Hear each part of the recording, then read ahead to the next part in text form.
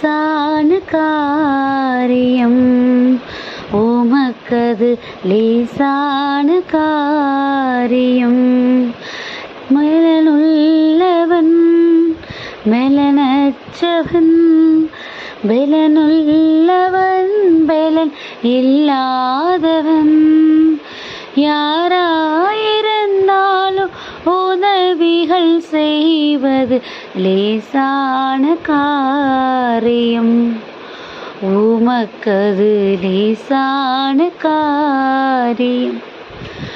மண்ணை பிசைந்து மனிதனை படைப்பது லேசான காரியம், மண்ணான மனுவுக்கு மன்னாவை அளிப்பது லேசான காரியம்.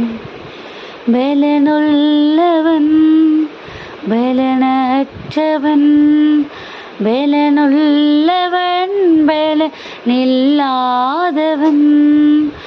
யாராயிருந்தாலும் உதவிகள் செய்வது லேசான காரியம், எம் இயேசுவுக்கு லேசான காரியம்.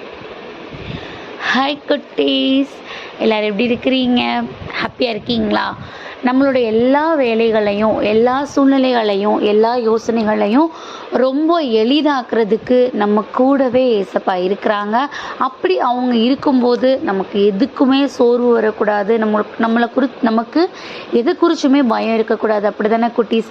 ஏன் அப்படின்னா, அவர் நம்ம கூட தான் இருக்கிறாங்க. நம்ம அவரை விட்டு இங்கே அங்கன்னு எங்கே போனாலும் கூட அவருடைய உடனிருப்பு நம்ம லைஃப் லாங் நம்ம கூட தான் இருக்க போகுது. அவரோட வார்த்தைகளுக்கு நம்ம செவி கொடுக்க ட்ரை பண்ணால் மட்டும் போதும். கண்டிப்பாக நம்ம லைஃப்பில் என்னென்ன தடங்கள்னு நம்ம நினைக்கிறோமோ அதை தாண்டி நம்மளை மீண்டு கொண்டு போகிறதுக்கு ஏசப்பா நமக்கு பலன் கொடுப்பாங்க. இந்த நாள்லையும் பார்த்தீங்கன்னா, சங்கீதம் 84:5 படியாக, உம்மிடமிருந்து வலிமை பெற்ற மானிடர் பேறு பெற்றோர், அவர்களது உள்ளம் சீயோனுக்கு செல்லும் நெடுஞ்சாலைகளை நோக்கியே உள்ளது இப்படிங்கிற ஒரு வசனம் கொடுத்துருக்குறாங்க குட்டீஸ். இதை எப்படி எடுத்துக்கலாம் அப்படின்னா, நம்ம இப்போ பேசின விஷயந்தான்.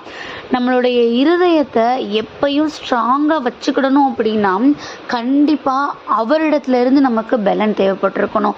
நம்ம இந்த உலகப்புறமான பலனை தேடி ஓடி அதில் நம்ம சந்தோஷமாகணும், அதுலேருந்து நமக்கு ஆறுதல் கிடைச்சிடணும் நம்ம நினச்சோன்னு வச்சுக்கோங்களேன், கண்டிப்பாக அதுலேருந்து ஏதாவது ஒரு சோர்வு வரும், அதுலேருந்து ஏதாவது ஒரு பிரச்சனை வர்றதுக்கான வாய்ப்பு தான் நமக்கு இருக்குது.